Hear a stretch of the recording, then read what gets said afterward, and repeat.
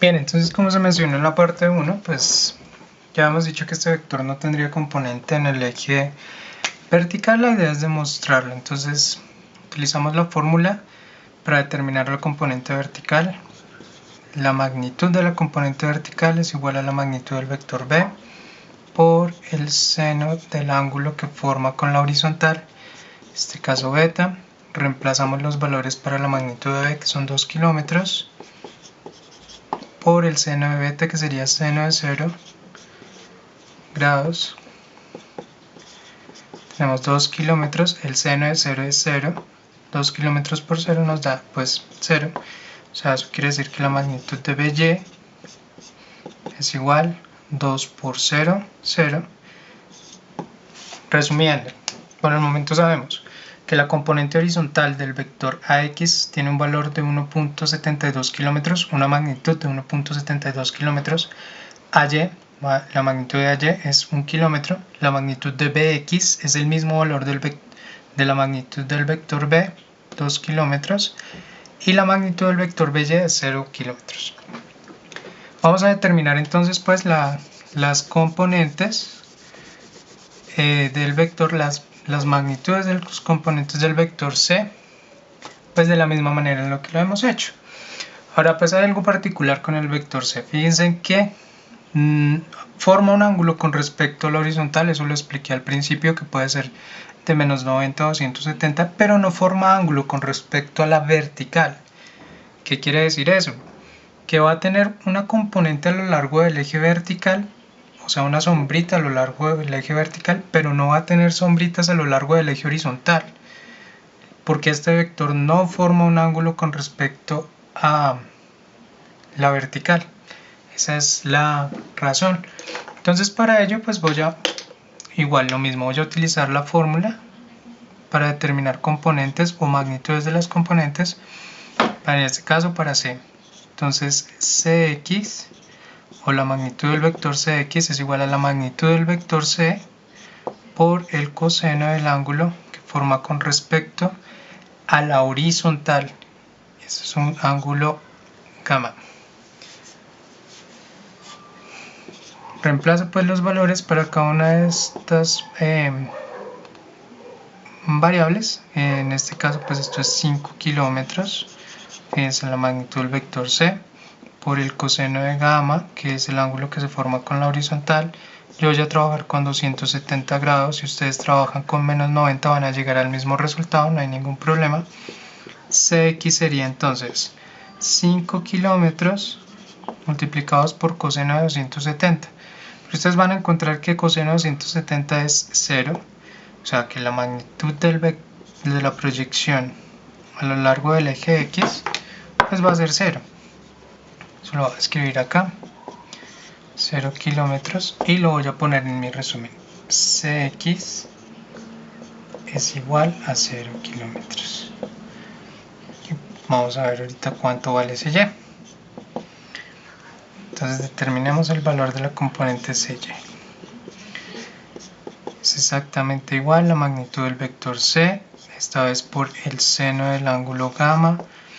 Entonces la magnitud del vector Cy será igual a la magnitud del vector C, es 5 kilómetros, por el seno de 270 grados. Pero el seno de 270 grados es 1. Entonces Cy va a ser igual a 5 kilómetros por 1, y eso pues nos va a dar 5 kilómetros.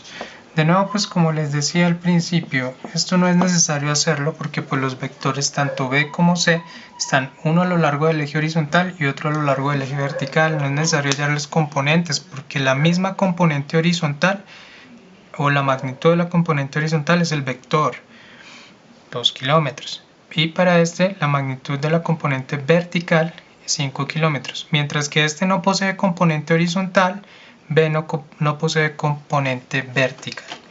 Listo, llegamos entonces pues al resumen de todos nuestros datos en la parte B, que era lo que se pedía determinar, y pues con esto finalizamos la parte B. Bien, en la parte C entonces nos piden determinar tanto la componente horizontal como vertical del vector D o el vector resultante entre la suma de A, B y C, que ya habíamos dicho que va a ser este vector D.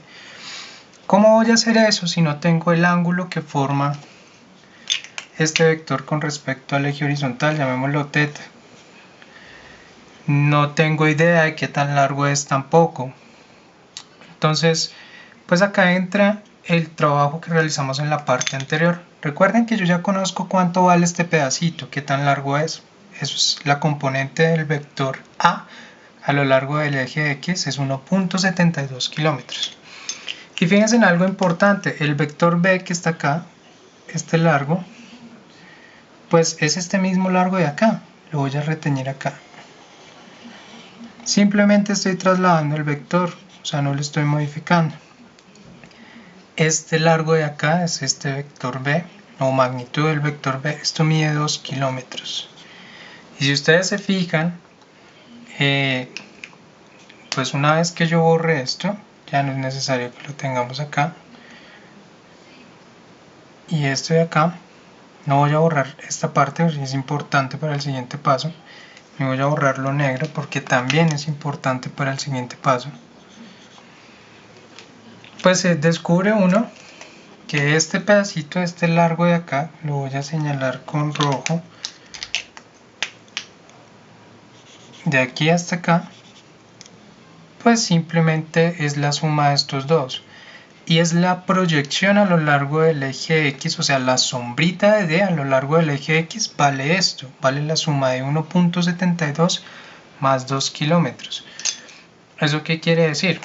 Que dx es igual a 1.72 o la magnitud de x kilómetros más 2 kilómetros. O sea que acabo de averiguar la magnitud de este vector, eso es 3.72 kilómetros.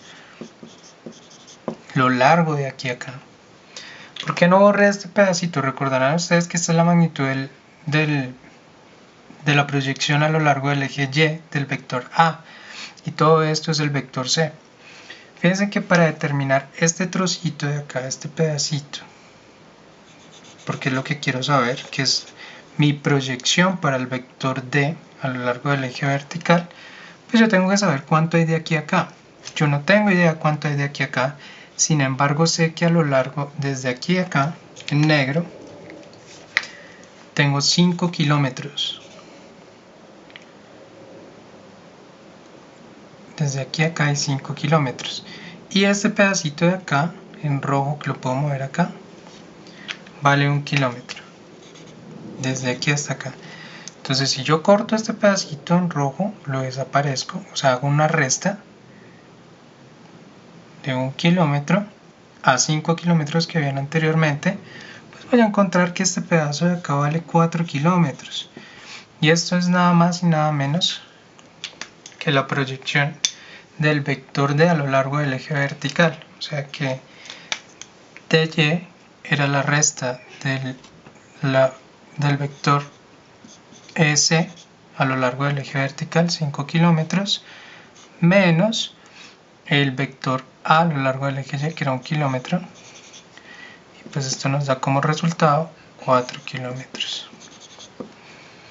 ¿Listo? Perfecto, entonces por lo menos ya conozco tanto la componente horizontal como la componente vertical del vector D. Si ustedes se fijan, esta suma de vectores con resultante el vector D forma un triángulo rectángulo.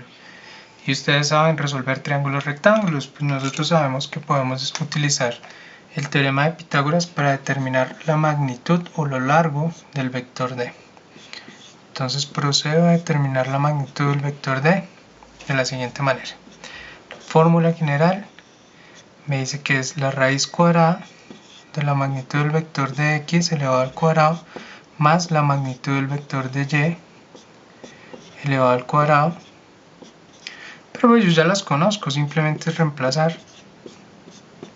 Sería raíz cuadrada de dx, magnitud de x elevado al cuadrado, que es 3.72 kilómetros, esto elevado al cuadrado, más de y son 4 kilómetros elevados al cuadrado. La magnitud del vector d sería la raíz cuadrada, 3.72 elevado al cuadrado, pues voy a tener que hacerlo en mi calculadora, es 13.83 aproximadamente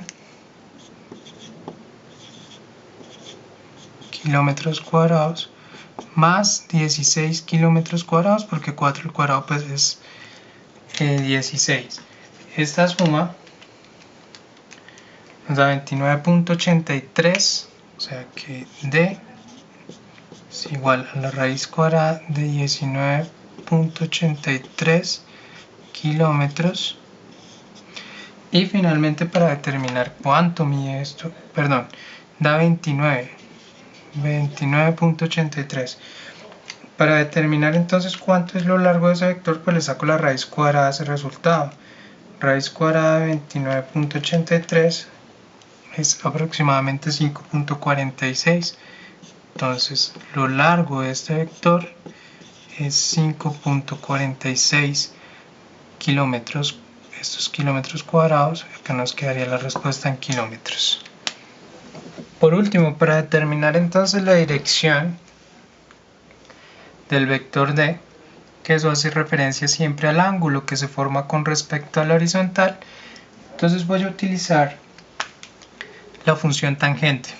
Recuerden que tangente de este ángulo, de θ en este caso, es la magnitud de la componente vertical sobre la magnitud de la componente horizontal. Nosotros ya sabemos cuánto vale esto. Entonces tendríamos tangente de Y son 4 kilómetros divididos entre dx, pero dx es 3.72 kilómetros. Cancelo kilómetros con kilómetros, o sea me queda que tangente de θ es igual a 4 dividido 3.72, pero 4 dividido 3.72 es aproximadamente 1.07. ¿Listo? Y para determinar este ángulo, que es lo que me da la dirección, que es lo que me orienta hacia dónde tengo que moverme, entonces saco la función inversa de tangente, o sea me queda tangente a la menos 1 de 1.07, y como resultado tengo yo 47.07 grados aproximadamente. ¿Esto qué quiere decir? Y pilas con la respuesta, porque este ángulo me da positivo y uno pensaría entonces que el vector estaría ubicado en el primer cuadrante de nuestro plano cartesiano. Pues acá tenemos que utilizar lo que estamos trabajando y nuestro análisis del resultado, y con esto cerramos. Este ángulo se está formando por debajo del eje horizontal. Eso quiere decir que debe ser negativo, es menos 47.07.